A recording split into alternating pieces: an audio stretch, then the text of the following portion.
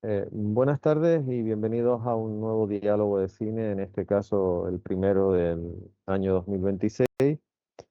En este caso vamos a ir a alguien que está, digamos que peleando en este mundo, digamos, desde las trincheras, fundamentalmente porque es una combinación para el siglo XXI en el que estamos bastante, voy a ser bueno y éticamente hablando, bastante peculiar, que es regentar una tienda de cine y un club de cine en una época donde, como ella muy bien me comenta cuando le pedí, nada más que, o sea, por un lado me sentí muy mayor, pero por otro lado me sentí muy, o sea, entendí presente lo que dijo que en la tienda hubo un momento que se vendían muchas postales y ella puntualiza cuando la gente mandaba postales, sí, porque además hubo una Ujú. época donde fundamentalmente Lauren y se define en Barcelona, pero sobre todo Lauren, de cada película que estrenaba, bueno, sacaba una postal física que tú podías coleccionar o incluso mandar.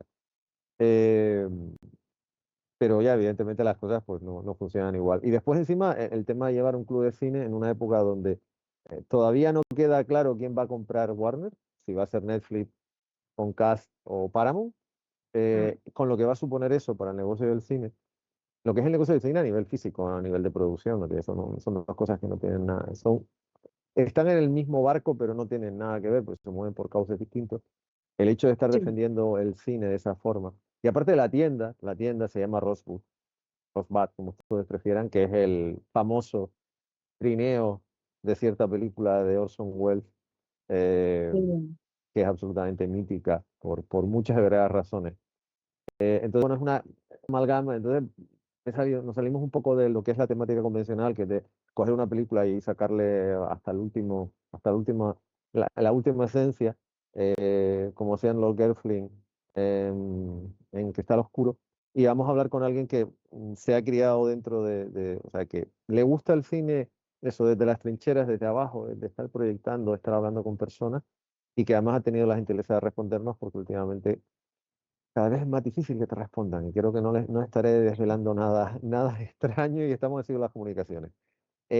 Antes Sí. de presentarla, bueno, antes de presentar a Ángela Sainz, que es la persona con la que voy a tener la oportunidad de hablar, quiero empezar con los agradecimientos, un año más, en este caso a la Fundación Tiene Más Cómics, a la Cátedra Cultural Moebius, a la Librería del Maldito, en este caso a Cristian, número 2, por hacer posible que estas charlas, que estos diálogos sigan funcionando después de ya un lustro, que vamos para un lustro ya, y a todas las instituciones que de alguna u otra manera apoyan la Fundación en una época donde desgraciadamente, si antes la cultura estaba en el furgón de cola, lo digo porque además yo tengo la perspectiva de vivir fuera de España, ahora mismo cada vez tengo más claro que la cultura ya ni siquiera está en el vagón de cola, ni siquiera se le contempla. Y ahora mismo el hecho de que podamos estar haciendo esto, bueno, no deja de ser, todavía queda un remanso de esperanza. Dicho toda esta disparatada presentación de primero de año, bienvenida y muchas gracias por haber aceptado la invitación. Nada, gracias a vosotros. A ver, Muchísimas gracias. de nada, un placer. Cuando te pedí que me hicieras una suerte de reflexión de la historia, lo que me comentaste es que toda esta aventura de la tienda empezó en los años 90 porque a tu padre le gustaba, tu padre le molaba la historia, que empezó Ujú. siendo una tienda pequeñita en un pasadizo. Cuando me hablabas de un pasadizo al lado de un cine, me recordó muchísimo a la primera tienda de lo que es hoy 8 y medio, la tienda que estaba en los cines Alphaville en Madrid, que realmente Mm. estaba pues eso, entre una calle y un pasadizo, porque había los cines Alphaville, pues había un pasadizo que tenía otros dos cines, y Yo después creo que arriba. 8:30 no existe, ¿eh? ¿Eh? Yo creo que ocho No, y media no existe, no, ¿no? lo que yo sé que hay otra, o sea, yo me remonto admito, al siglo pasado, casi te diría yo. Pero bueno, en Mm. principio estaba en los Alphaville, en los cines, había una tienda que estaba justo Alphaville estaba en el sótano, en una calle. Y después al lado tenías un pasadizo que también tenía otros dos cines que ya sé positivamente que no existen. Y bueno, me recordó a esa historia. Y después también Mm. comentas, bueno, que empezaron el rastro, se mudaron a este pequeño local, fueron creciendo hasta la Sí. actual ubicación. Después también surgió el tema del club de cine. eh, y bueno, y tú en determinado momento entras y añades lo que sería un poco el siglo XXI en cuanto a añadir.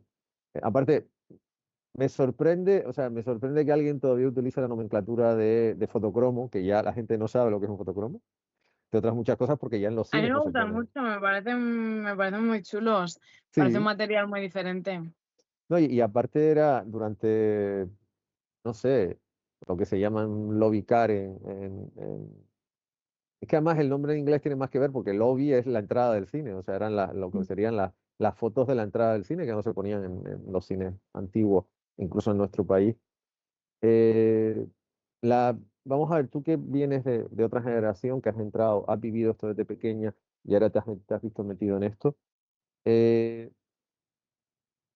¿Cuál es para ti la mayor diferencia que hay hoy día entre el cine que tú viviste desde pequeña o que yo pude vivir de pequeño, de adolescente, de mayor, y el que se está viviendo ahora, visto desde una persona que tiene una tienda y que tiene un club de cine? Yo creo que antes teníamos más capacidad de sorprendernos. Primero se habían visto menos cosas y luego había menos tecnología en general. Tú ten en cuenta que hoy en día entras a cualquier hora a Instagram y ya no sabes si estás viendo a Karol G besarse con Bad Bunny de verdad, no sé, por decir algo. Tienes fotos de Leonardo DiCaprio con Brad Pitt en la cama y parecen tan reales, ¿no? Em, Parece todo tan real que la capacidad de sorpresa la hemos perdido.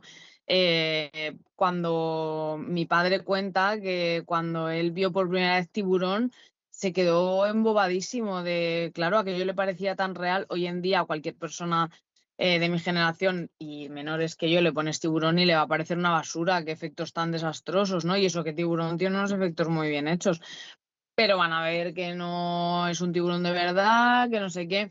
Yo creo que la capacidad de sorprendernos la hemos perdido, y no solo en el cine, en la vida en general.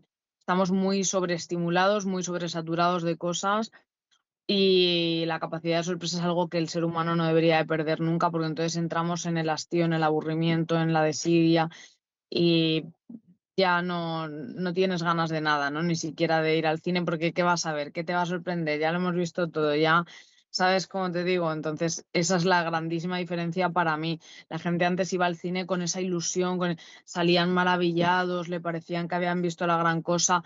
Hoy en día es más fácil que escuches a los chavales decir qué mal hecha está la película, que esa capacidad de asombro que teníamos antes, ¿no? Fíjate, ahora que has puesto el ejemplo, a mí me sigue sorprendiendo que se siga hablando tanto de Tiburón, que a mí es una película Mm, que me gusta, pero tiene las limitaciones que tiene.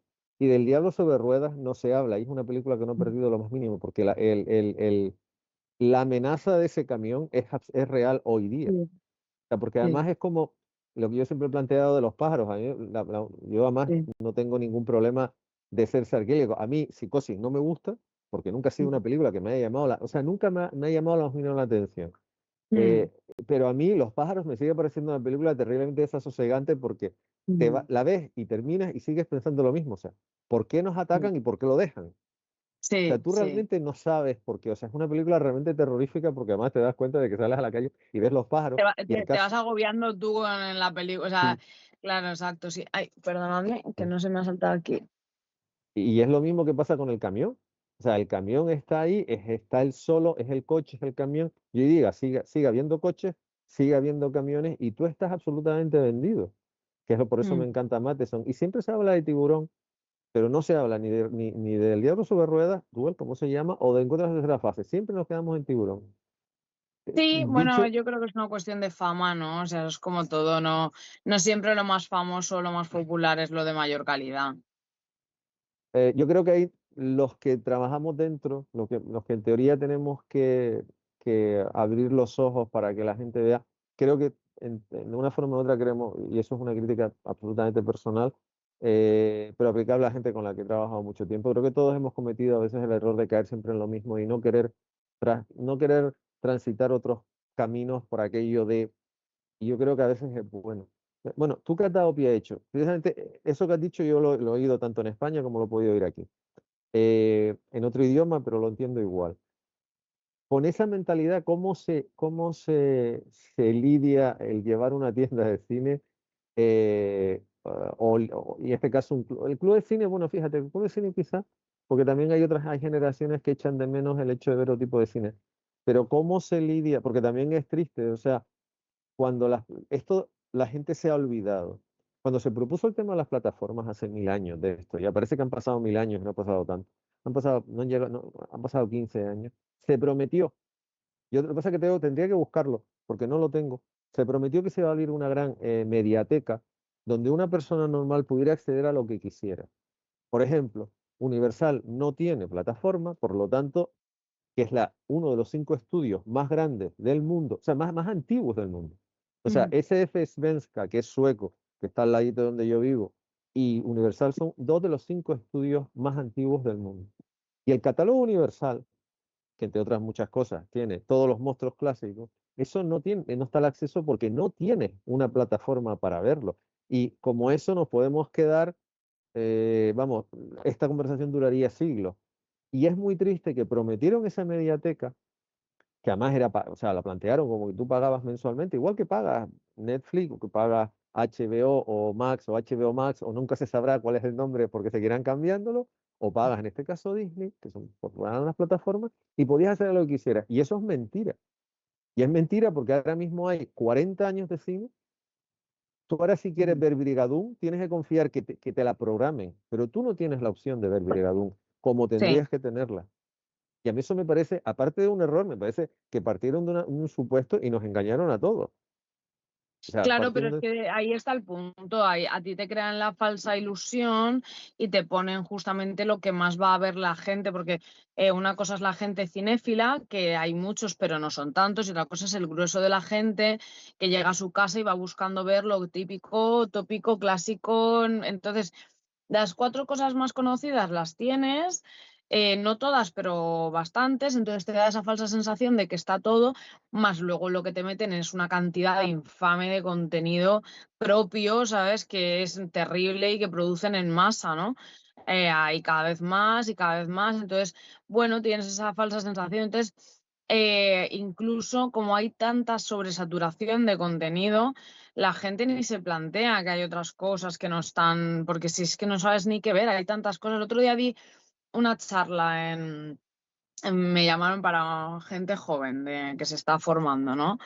Y estábamos hablando con los muchachos justamente de esto, de que es que llegan a casa y no saben qué ver, pero no por falta de opciones, sino por demasiadas opciones y no sabes qué elegir, ¿no? Entonces es un tema muy difícil y al final, por mucho que no tengas Universal, la gente no, el grueso de la gente, tú te das cuenta porque eres cinéfilo, porque te gusta, porque te dedicas a esto, pero el grueso de la gente no se va a dar cuenta de que no está Universal, no se plantea este tipo de cosas. O sea, a menos que de verdad vayas buscando este tipo de películas y de repente digan, coño, no están. Se las cruzan, bien, no se las cruzan en la plataforma, ven otra cosa, ya está. ¿Y cómo lidias tú tanto en la tienda como en tu vecina? Pero todo en este caso en los dos. Bueno, es que mira, la tienda, yo creo que esto es primero aceptar que la tienda seguramente está destinada a morir y mientras tanto adaptarse a lo que hay. Quiero decirte, si ahora está de moda Stranger Things porque es Netflix y lo tenemos hasta en la sopa, pues hay que traer cosas de Stranger Things. Y hasta me gusta más Stranger Things que los monstruos de la Universal. No, a mí no, pero es que yo tengo que atender las necesidades del público. Yo sé que estas navidades me van a pedir Stranger Things, no me van a pedir Frankenstein, que también tengo una figura de Frankenstein, pero tengo una con respecto a 30 de Stranger Things. ¿Por qué? Pues porque te tienes que adaptar y tienes que ser inteligente y saber y observar qué se vende y qué no se vende. O sea, con respecto a la tienda, yo contestaría, que es lo que siempre contesto, que es una cuestión de adaptación al tiempo y a la gente y a lo que van solicitando, ¿no? Es como si a mí me gusta más la ropa vintage, pero por mucho a mí me guste, a lo mejor si tengo una tienda de ropa me toca tener también una sudadera de las que llevan hoy en día, porque se vende más y porque necesitamos comer. Y luego en la tienda yo lo que intento es tener, aparte de adaptarme a lo que más se lleve en el momento, tener también elementos distintivos, como por ejemplo pueden ser esos fotocromos que de los que hablábamos, o pósters originales más curiosos, porque evidentemente un Funko Pop lo vas a encontrar en cualquier lado.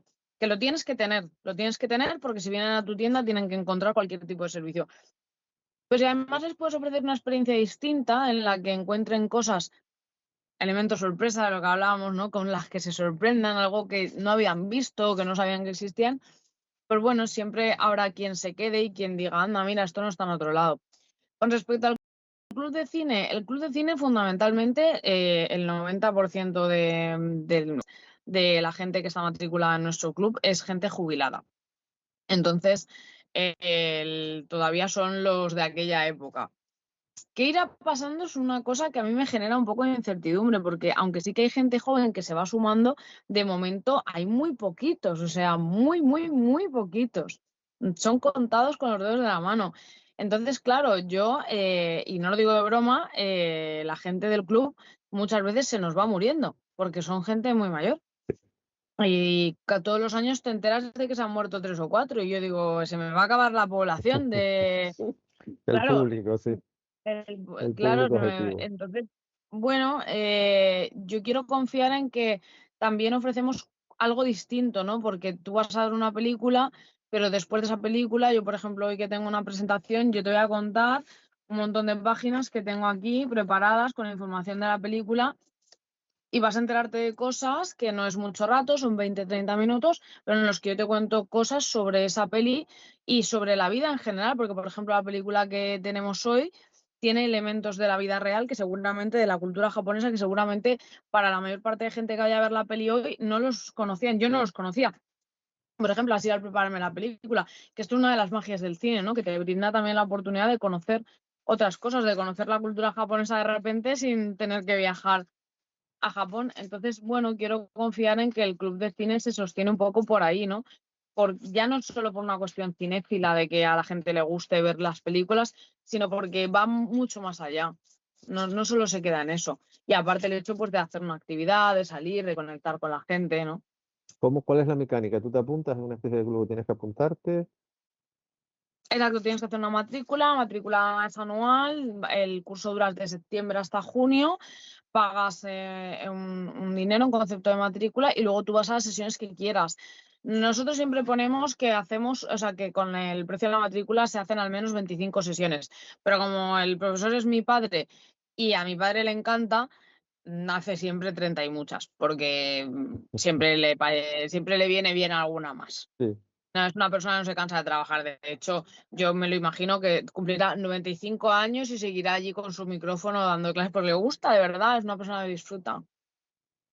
Sí, además eso es, a ver, lo de relevo generacional, eh, sobre todo en nuestro país, yo te digo, como a mí, yo soy enemigo del agravio comparativo, pero llevo tanto tiempo viviendo fuera, y veo además aquí, por ejemplo, cómo funciona la filmoteca y cómo funcionan los propios festivales, pero todo el tema de la filmoteca que de los 7, 8 años los están llevando hacia el relevo nacional. Aquí se da, o sea, un ejemplo, aquí los niños cuando nacen el primer año o sea, les pagan como digamos que un año para que puedan empezar a asistir a óperas para niños. Anda, qué Sí, curioso. sí, porque además aquí el Finlandia Talo, que es el teatro de la ópera, que es un complejo de teatros enorme, porque no solamente lo que sería el auditorio, sino son una serie de complejos, es teatro y ópera. Aquí está como muy, muy metido. Entonces, desde que los niños tienen un año, año y medio, ya hay ópera para niños, o sea, música para niños, después, a partir de los 2 años, Interesante. y después hay teatro a partir de un año. Yo empecé a ir con mis 2 niños con un año ya a ver obras de teatro para ellos y desde los 2 años, 2 años y medio. Entonces yo considero que eso es una cosa que, por ejemplo, en España no se hace como se debiera. Porque Ah, ok. no es que, o sea, es que el problema es que no, es como o sea, Bauba es bebé en finlandés. Y hay una actividad y Kino es cine. Entonces, el Baubaquino es, tú llegas a una sala de cine, una de las grandes que hay aquí, hay una que tiene 16 salas, y entonces hay días que tú llegas y te lo ves todo lleno de carritos de bebé en la parte de abajo. Entonces, es una sesión pensada para las madres, y entonces entras en la sala, no está toda la luz apagada, está medio apagada, son películas que no tienen mucho ruido, o sea, películas muy normales, pero ya desde que tiene, me parece que bueno, es a partir de los 9 meses, ya los niños van al cine con la madre. Entonces vas creando ese vínculo y sobre todo les vas llevando, pero te digo con el cine, con la música, con los Bueno, museos, o yo qué actividades sé, culturales, ¿no? Qué interesante, claro, aquí nada que ver. O sea, normalmente, bueno, un bebé impensable llevártelo a una sala de cine. Pero ni a la ópera ni nada así, pero es que ni siquiera yo tengo un crío de 6 años y ni tan siquiera mi hijo todavía no ve las películas en el cine, ve un Pero es trozo que en casa y ya se cansa. para mí ese es el problema del relevo generacional, porque eso que estás contando es algo que yo le oigo siempre, y pongo el ejemplo porque lo tengo muy cercano. A mi madre le encanta la música clásica, pero por ejemplo la música Sí, clásica está muy pensada, o sea, digamos que el público objetivo es gente que ya, hay gente más joven. Yo me he criado dentro de un teatro y dentro de un auditorio porque tenía los padres y los abuelos que tenía, pero la inmensa mayoría de la gente de mi generación no ha ido a un concierto ni a una ópera nunca. Y entonces me pasa cuando regreso a Gran Canaria y a lo mejor mi madre va a un concierto o yo en ese momento la acompaño por lo que sea y ves el segmento de público y yo ya no cumplo, o sea, yo los 50 los estoy a punto de abandonar y soy de los más chicos. Y dices, vamos a ver, sí, o sea, si yo con la edad que tengo soy de los más pequeños y todo el mundo tiene de 70 y muchos para 80, y mi madre dice lo sí, mismo que tú dices, el tema es que va de un año para otro y ves que hay menos gente, pues simplemente se han muerto. O sea, no hay sí, relevo sí, sí, generacional. En una cosa como la música clásica, además, que no es como el cine, porque en el caso del cine, aunque el cine ha subido, hombre, una entrada de cine no te va a costar 150 euros como te cuesta una entrada de una ópera. O sea, ya ahí tienes un claro. hándicap económico. Pero en realidad pasa lo mismo. O sea, no existe relevo generacional. Y yo con el tema del cine lo veo ya de una forma más tangencial, pero me doy cuenta de que no existe esa renovación. Y para mí es un problema, porque cuando sales fuera, o sea, que te vayas a Francia, pero yo que vivo en un país nórdico y tengo relación sobre todo con Suecia, te das cuenta de que hacen cosas pensando eso, de que son bebés hasta que tienes 80 años. Y claro, Sí, dices, señores, es que no es que el negocio vaya a dejar de funcionar, es que el negocio va a dejar de funcionar porque no va a haber público que vaya a verlo, no porque la gente no quiera. también es Entonces, verdad que esto es como la tienda, el cine y da igual que sea el cine, la ópera o cualquier actividad cultural, tiene que adaptarse también a los tiempos.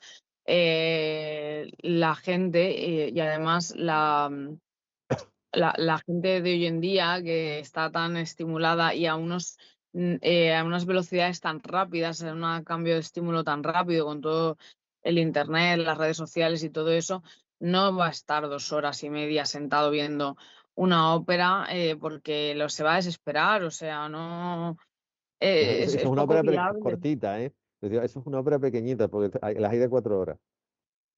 Claro, claro, o sea, pero sí, yo es que mi tía es cantante de ópera, entonces yo sí que estoy muy acostumbrada a asistir a la ópera, pero reconozco que incluso a mí me cuesta estar todo el tiempo. Un momento, ¿qué necesitas?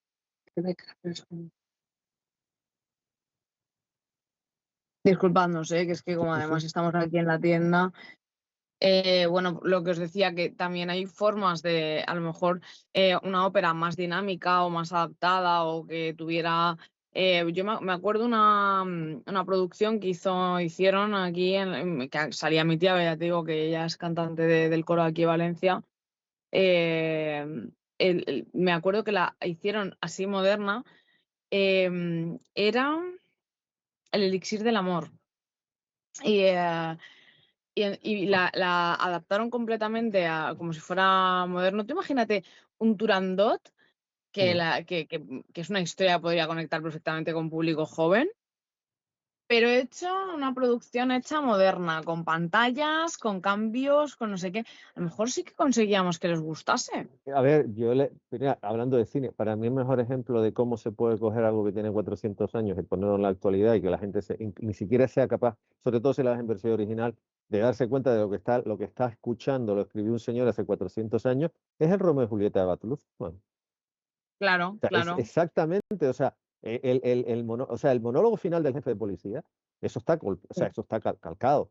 Pero la Mm. diferencia es que no es en Verona, o sea, no es en Verona Beach, pero en realidad es lo mismo. O sea, De lo todas curioso es, formas, es lo que te digo, que la gente necesita conectar con historias contadas de una forma más actualizada. Por ejemplo, ahora que han sacado la película de Hamnet, te lo iba a decir eh, porque estaba pensando en el cartel, porque lo vi el otro día en tu página. yo me he dado cuenta de que mucha gente joven de repente se ha planteado quién es Shakespeare. O sea, que tú dirás, qué pena, ¿no? Todos, que No, no sé.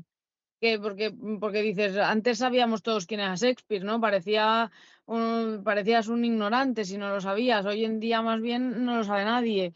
Porque hoy en día parece que yo siempre digo, esto es como la gente parece que digamos, viva Belén Esteban, o sea, cuanto más ignorante eres, parece que más chuli todo. Y encima, como hoy en día para triunfar ya no hace falta nada, porque antiguamente la gente más respetada era la que tenía sus estudios, la que tenía. Hoy en día no, hoy en día ves a cualquier mocoso que hace vídeos bailando, ala, y tiene más dinero que tú y vive mejor que tú y va a eventos más lujosos que tú y aparentemente tiene una vida más respetable que la tuya, ¿no? O sea, parece que sea hasta ofensivo saber.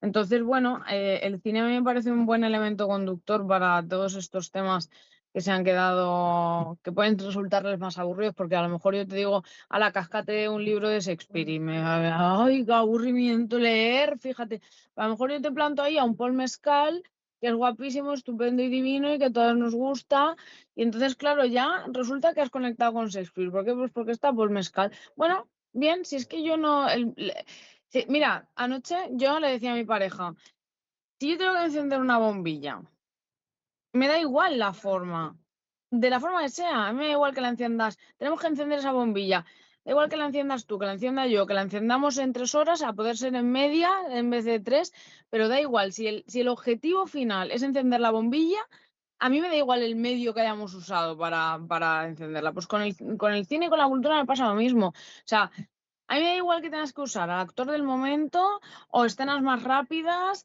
o pantallas más no sé qué. Si consigues que eso llegue al espectador y conecte con él, estupendo y maravilloso.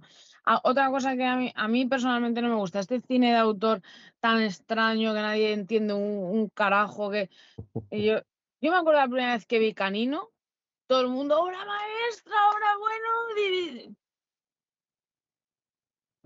¿Seguro? Sí, O sea, obra maestra, la va a entender la gente y sobre todo, vamos, ¿a qué cantidad de gente queremos va a llegar? llegar. Sí. Claro, o es que queremos un público exclusivo y que se sienta muy exquisito. Es que ese no es el objetivo. Si conseguimos que el mensaje llegue a más personas, mejor, mejor. Pues si resulta que yo hago una cosa, pero solo lo he entendido yo, ¿qué Sí. poder de comunicación tengo? Ujú. Cuando decías lo de Shakespeare, yo no tengo ningún problema en reconocer que yo me leí El Señor de los Anillos porque vi la película de Ralph Bakshi en cine, en el año 79. Pues Aparte fenomenal, que El Señor pues de los Anillos fenomenal.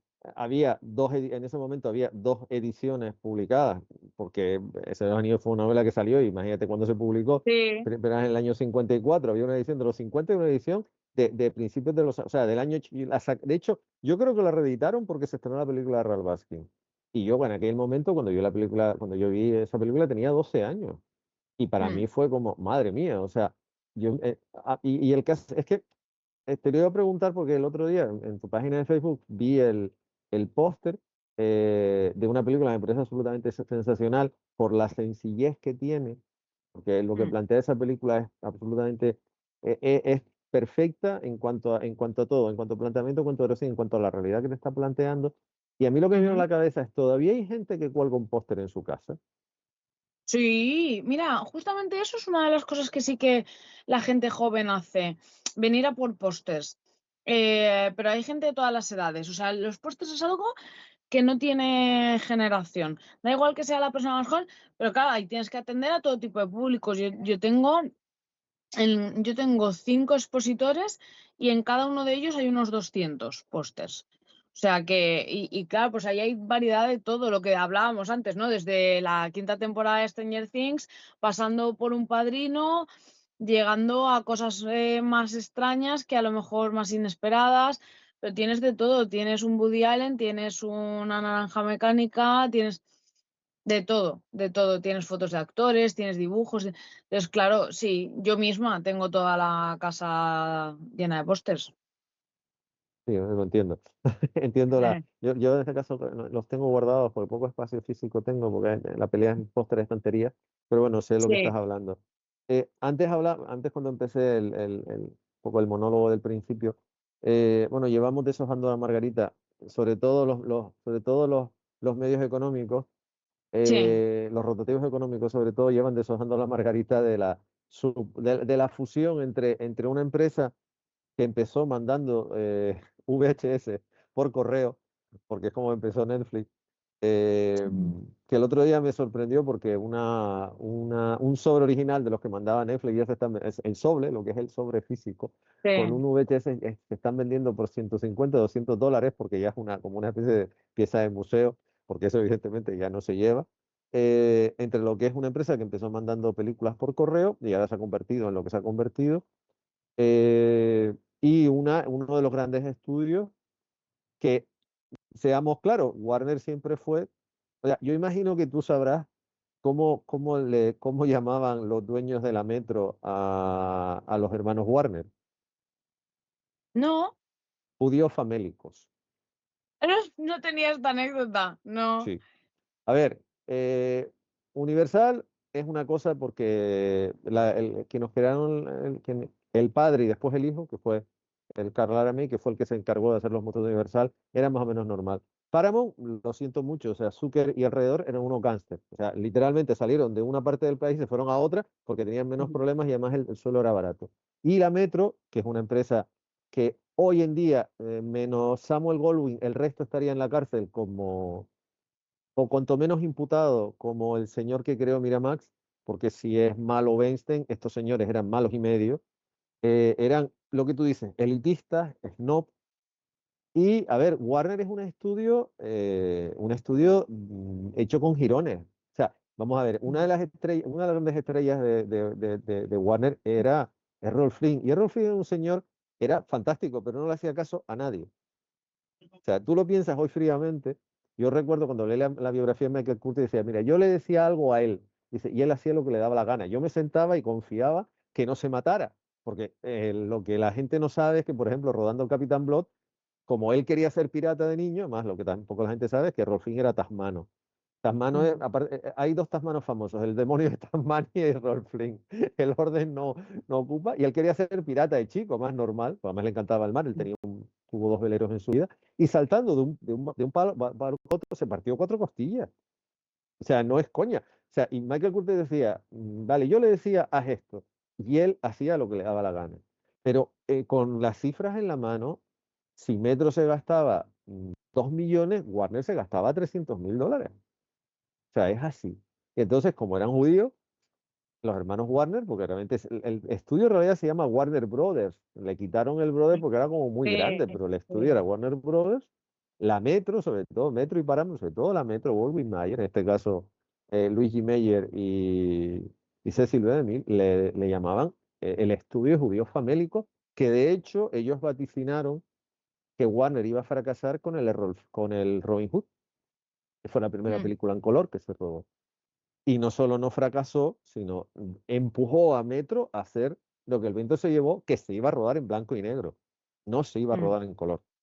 Y fíjense lo que mm, se convirtió. Entonces, sí. a ver, están los grandes estudios, que puede ser Paramount Universal, que puede ser la Metro, que ya no tenga la impronta que tiene hoy día, que puede ser Artistas Unidos, que es posterior, porque Artistas Unidos ya es posterior. Y después estaba ahí la Metro, o sea, perdón, está Warner y Fox, que yo le llamo Mm, a Fox la empresa, el estudio de las causas perdidas, porque lo que no quería nadie lo hacía Fox. Sin ir más lejos, la Guerra de la sí. Galaxia. Nadie la quería hacer, menos, y al final la hizo Fox. Entonces, resulta paradójico que un estudio que ahora todo el mundo adora, pero que en realidad siempre ha sido un estudio medio, está en la línea de ser entre, ni es primera ni es segunda, está en un poco esa línea intermedia, quiere ser absorbida por algo que empezó. En realidad, al final, los principios son los mismos, porque Netflix empezó siendo algo que nadie apostaba un duro por ello y Warner también. Entonces, ¿cómo ves tú, tanto a nivel de tienda, a nivel de club de cine, como a nivel de persona que te gusta el cine? ¿Tú crees que todo eso que ha dicho, por ejemplo, James Cameron y todo el mundo, bueno, Cameron y no sé cuánta gente más alrededor que ha dicho, señores, se nos acaba lo que se daba? ¿Tú crees que eso va a ser verdad, que al final el hecho de que Netflix se acabe llevando Warner acabe con el negocio del cine a nivel presencial? ¿O simplemente son esos augurios catastrofistas que al final no llevan a mucho más? Más allá de lo No que te ya hay digo que la yo que en gente le un cuesta. futuro muy, muy, muy, muy lejano no desaparezca, eso no lo podemos saber. Pero así a un medio plazo, a 50 años vista, lo dudo mucho. Que otra cosa es que las salas de cine se adapten, eso es otro tema. Que de repente tengamos pantallas interactivas que te sale el actor y te toca la cara, podría pasar. Que las butacas sean de otra manera, no lo sé, X. O sea, que las salas se adapten y que se vuelvan más modernas y que la tecnología haya avanzado hasta tal punto de que la película la sientas, la vivas, te metas dentro de ella. Eso me lo creo. Que desaparezcan las salas de cine, lo dudo. No, no me lo parece. Me parece que nos adaptaremos y que habrá otro tipo de cine, otra forma de consumirlo.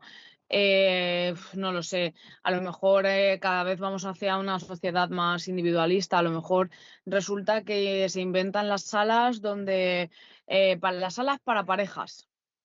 Me lo invento.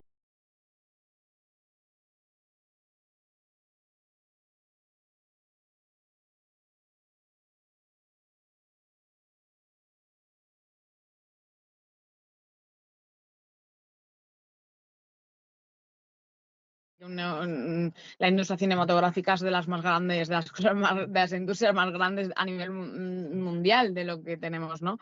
Imagínate que desapareciera todo eso, es inviable, no se puede y no se debe. Entonces, no creo que desaparezca, creo que se adaptará. Y que a la Yo tengo la misma, gente... ¿eh? yo tengo la misma teoría, o sea, yo leyendo además distintas fuentes y sobre todo eso, medios de comunicación eh, económicos que son los que más le están dando, eh, digamos que los que más están perdiendo el tiempo analizando, porque evidentemente esto es una cuestión económica. Hay gente que dice que sí, que esto va a suponer un principio y un fin, un antes y un después. Yo considero que no, yo considero que, bueno, que está claro que cuando llegaron las plataformas las cosas han cambiado. Tú antes dijiste una cosa muy importante, que es el hecho de que tienes que buscar referentes, o sea, tienes que utilizar los referentes que ya tienes para que las generaciones eh, descubran cosas nuevas. Yo creo que para mí el gran problema, yo creo que una de las cosas que está fallando, entre comillas, es que lo que no se está haciendo es pedagogía. Eso es, a lo mejor yo trato de, siempre, siempre acabo pensando en la parte académica o en la parte pedagógica, pero creo que las nuevas generaciones también, o sea, está todo inventado, pero lo que tú dijiste antes, hay mucho, mucho antiguo muy olvidado. Mm.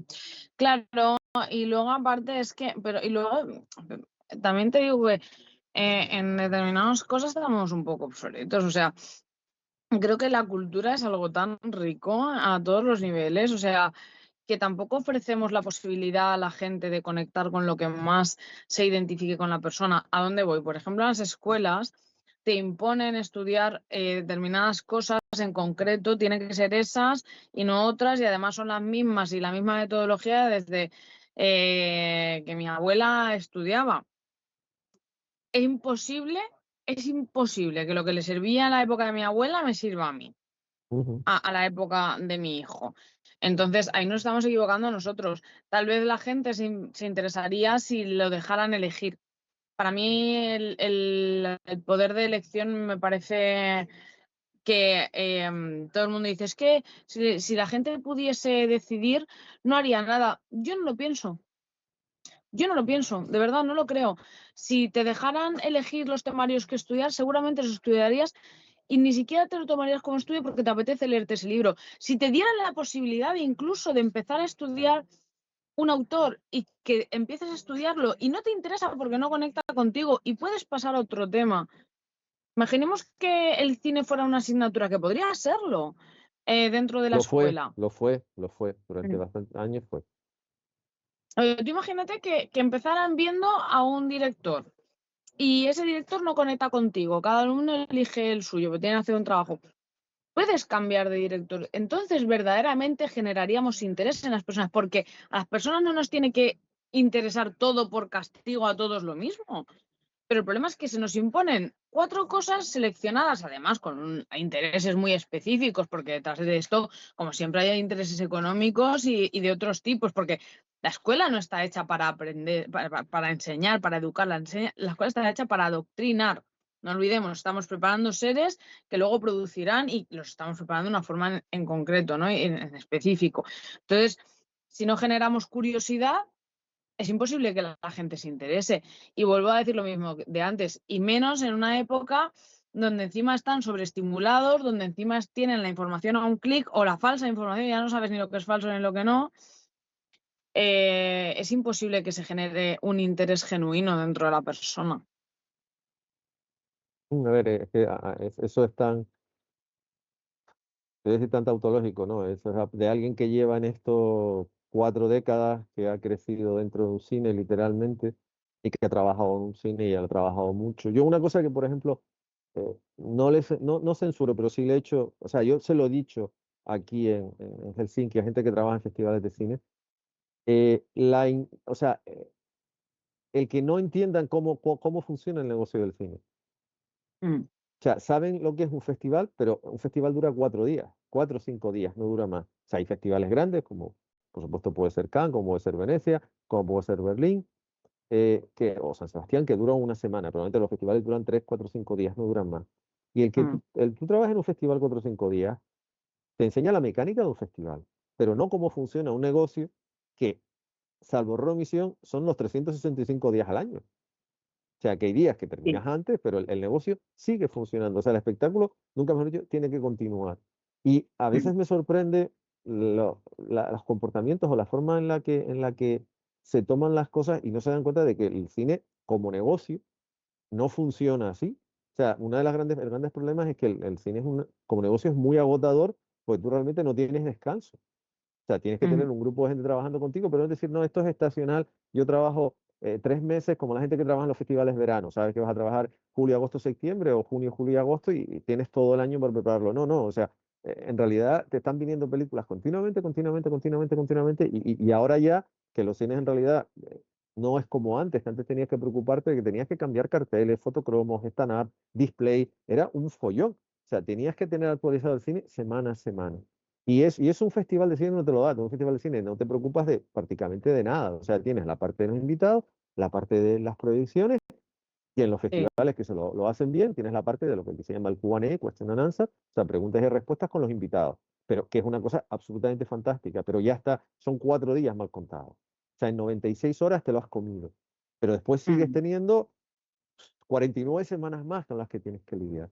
Y yo creo que para mí ese es el gran problema. Yo creo que cada vez existe más desconexión entre la gente que trabaja en un área como esta y cuál es la vida real. Y después yo estoy totalmente de acuerdo contigo. O sea, o sea, yo siempre he pensado que el gran problema, por ejemplo, de la historia, que es mi asignatura, yo de hecho en lo que yo trabajo a nivel de investigación, para mí el error es tratar de empezar desde el principio porque nunca vas a llegar al mundo real.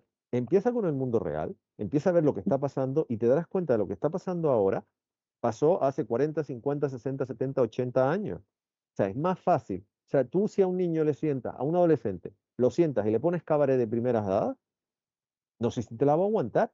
Pero si tú a un niño le pones lo que está pasando en el resto del mundo y después le pones cabaret, la va a entender perfectamente. mm, Porque al final ese niño va a entender qué significa la canción del niño de las juventudes hitlerianas, va a mm, entender qué significa la canción y qué significa la cara de la gente mayor que está en esa fiesta campestre, que gente que mm. ha pasado la Primera Guerra Mundial va a decir, estos nos van a meter en otra peor que nos metieron los anteriores hace 20 años. Para mí ese es el gran error, que la gente Sí, no es capaz de hacerlo. O sea, entronco totalmente con lo que tú dices. Eh, yo lo que estoy viendo es que tú en cierta manera la tienda, o sea, tu tienda también viene a ser como una especie de, no lo sé, una especie como de mini academia para enseñar a la gente. bueno, claro, aquí surgen conversaciones siempre interesantes y luego que una persona joven, en este caso yo, que tengas una cara joven, siempre te da más, bueno, más ventaja, ¿no? Porque evidentemente es más fácil que me escuchen a mí que escuchen a mi padre, a la gente de mi generación me refiero, ¿no? Por una cuestión de cercanía, no por nada más. Entonces, bueno, una tienda como la nuestra siempre te da eso, la oportunidad. Pues encima es lo que decíamos antes, ¿no? Aquí te vas a encontrarlo, a lo mejor vienes buscando no sé, un póster de From, porque va a salir la nueva temporada. Pero de repente, mientras llegas al póster de From, vas pasando y te encuentras con uno de Casablanca. Uy, ¿y esto qué es? Y ves a un Humphrey Bogart, este señor qué guapo era, ¿no? A mí me ha pasado de escuchar eso en la tienda, gente joven que no saben quién era, yo que sé, por ejemplo, Humphrey Bogart, uy, este señor qué guapo era, ¿no? Un James Dean, claro, pues muy guapos eran, claro, no saben quiénes son.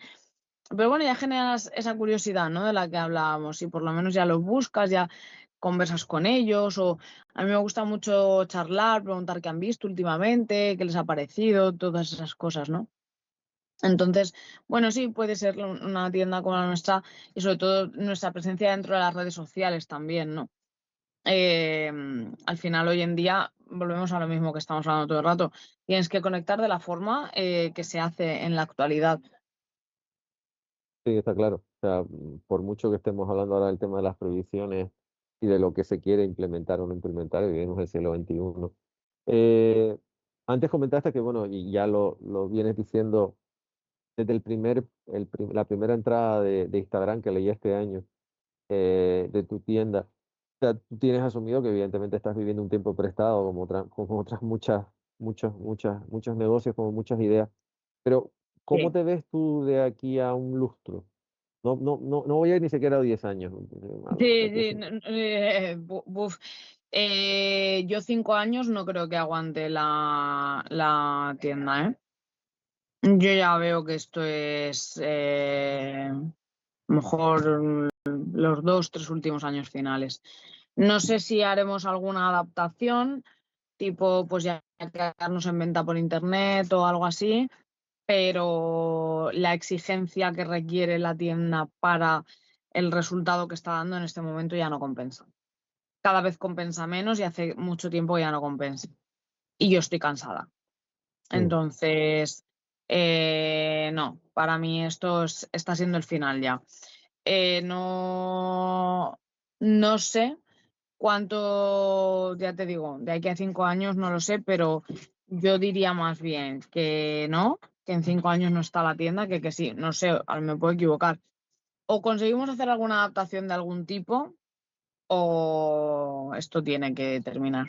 Porque ustedes llevan, ¿cuánto? 30 años, Más de más, 30. Tengo más de yo 32 y no había nacido yo. sí, es que también la trayectoria que ustedes tienen es muy larga, o sea, es muy grande. O sea, Pero fíjate, no yo es. siento que hay cosas que cuando tienen que terminar, tienen que terminar. Yo esto de alargar las cosas hasta el infinito por una cuestión nostálgica, esto es como el que ha invertido mucho, ha echado muchas monedas en la tragaperras y dices, que no lo voy a dejar ahora, había echado muchas. Bueno, es que a lo mejor ya es momento de que pares y no sigas perdiendo, ¿no? Pues esto es igual, o sea, llega un momento en el que tú también tienes que saber, yo creo que ganar una batalla a veces también es saber cuándo abandonarla a tiempo. Ujú, ujú. En cierta manera, a ver, por el tiempo que llevo trabajando en esto, yo dije, además, precisamente en un encuentro como este, en el año 2019, antes de que estallara la pandemia, que el cine ya estaba viviendo un tiempo prestado. O sea, el cine o sea, por lo menos el cine que yo conocí, ese negocio que llenaba 4 salas de cine 4 veces durante un domingo entero, a las 4:30, 6:30, 8:30, 10:30, eso ya hace tiempo que pasó. Mm, Después pasó la pandemia, se paró todo y como se volvieron a abrir, evidentemente la gente dijo, anda, pues vamos a volver a hacer todo aquello que sí, aunque antes no hiciéramos, vamos a volver a recuperarlo. O sea, yo tengo asumido que el cine, por eso con el anuncio catastrofista de Netflix y Warner, yo creo que también en cierta manera las cosas no son así. Eh, a ver, normalmente cuando hablo con un autor siempre le digo, siempre le planteo la misma historia, que es decir, bueno, si te encuentras con alguien y te pregunta, quiero ser como tú, en este caso que eres dibujante, pero ya sea para alguien que geográficamente viva porque esto evidentemente se puede ver en cualquier parte, no vamos a circunscribirnos a que la fundación esté en Santa Cruz de Tenerife. Si alguien se quiere apuntar al club o alguien simplemente quiere ir a la tienda, ¿qué le dirías tú para que en vez de estar dando vueltas por ahí, se vaya 5 minutos a tu tienda y vea lo que hay dentro? O sea, no pretendo que seas la vendedora de arenas del mal muerto de Aladdin, porque por aquello del stand es muy, perdón no, por el pero símil, yo creo que pero no hace falta. Yo creo que tiendas como la mía no hay muchas a nivel mundial. no, O no, sea, eso ya te lo digo yo. entonces, yo creo que esos 5 minutos valdrían la pena por ver algo que no te vas a encontrar seguramente por estadística, o sea, por, por cantidad de tiendas que hay, va a ser difícil que te vuelvas a encontrar otra parecida a la mía. Entonces es poco probable. O es que tú las buscas, o si es casualidad, que es que has entrado por aquí, acabas conociendo mi tienda por casualidad, va a ser muy poco probable que por casualidad te vuelvas a encontrar en toda tu vida otra tienda así. Entonces, por curiosidad, por ver algo distinto, por ver algo que no vas a encontrarte de forma tan frecuente. Y porque yo siempre le digo a todo el mundo, a todos nos gusta alguna película o alguna serie, aunque sea una. Entonces, y Sí. el otro día cuando di la charla donde los chiquitos estos, que eran un montón, le dijeron a las maestras esta frase que yo la dije allí también, le dijeron que si luego podían hacer... ¿Tenemos que ir? Vale. Le dijeron a las maestras que si luego podían venir a un día de visita aquí a la tienda, ¿no? Y vinieron y me acuerdo que dos chicas me decían, ay, sí que tienes razón, hemos encontrado cosas que nos gustan, ¿no? Porque ellas decían que no nos gustaba el cine, que... Digo, pero ya veréis cómo os encontráis con algo, un póster, una postal, un muñequito de alguna película que os gusta. Y se encontraron con una de una serie de HBO, ¿no? Digo, ¿veis cómo sí? Sí, es que Al final a tú todos lo has nos dicho. gusta algo. Es lo bueno del cine es que no, lo bueno del cine es que durante mucho tiempo no sabes lo que te vas a encontrar y en realidad sigue existiendo. Lo que pasa es que también tenemos la falsa sensación de que ya lo tenemos todo a mano, que lo hemos vivido todo y es mentira. Hay miles de cosas por descubrir. Lo que pasa es que lo que tú dices, estamos tan sobresaturados que muchas veces no tenemos ni siquiera tiempo para decir, anda, y esto está ahí. A ver, antes de que tiren más de las orejas, a ver, gracias por todo esto, por habernos abierto la puerta de tu tienda, de tu vida, de todo lo que haces. Yo espero que, bueno, que cuanto menos la gente, cuando la gente se dé un paseo, sobre todo si coge un avión, ahora que es más fácil moverse, que la gente eso, pase 5 minutos a ver lo que puedas ofrecerle. Y me gustaría pensar que dentro de 5 años, por lo menos, tendremos la oportunidad de hacer alguna cosa, aunque a lo mejor no estés en la tienda, estés en otro sitio. Pero no, yo creo Hombre, que con las cosas del cine continuaremos, ¿eh? sí, Que la tienda como tal llegue un momento en el que diga ya no más por una cuestión de exigencia de horarios y todo eso, sí. pero seguiremos el club de cine seguro y todo lo que es Instagram y todo eso seguro también. O sea que y cuando queráis, aquí estoy para Pues que nada. me invitéis. O sea, no hace falta que pase un lustro. No, no, no, no, no, te prometo como responsable de área de cine a la fundación, que eso sí lo llevo yo, todavía, hasta que no me digan lo contrario. Pienso hacerlo porque además me gusta el tener el hablar con alguien que esté eso, que esté con los pies sobre la tierra, que no esté eso, trabajando en un evento que dura 4 o 5 días, pero que en realidad después, te digo, las otras 49 semanas tienes que seguir haciéndolo y para mí eso es muy importante. A ver, yo Sí. aparte de darte las gracias, le doy las gracias otra vez a la Fundación, a la Cátedra, a la Librería del Maldito, a todas las empresas y a toda la gente que sigue apoyando. Y yo como responsable de cine, le digo, o sea, repito lo que he dicho ella, por favor no pierdan la capacidad de sorpresa, tengan curiosidad por no limitarse a lo que el algoritmo les pone delante de la pantalla cuando entre a una plataforma, pasen un ratito viendo que detrás hay una parte, una segunda, una tercera, váyanse a la cuarta parte, que a lo mejor encuentran una película y dicen, Dios mío, ¿y esto qué es? Y a lo mejor les gusta más que lo que les están vendiendo, porque como has visto ayer una película, te van a recomendar una muy parecida a lo que dijo ella, hay tal oferta.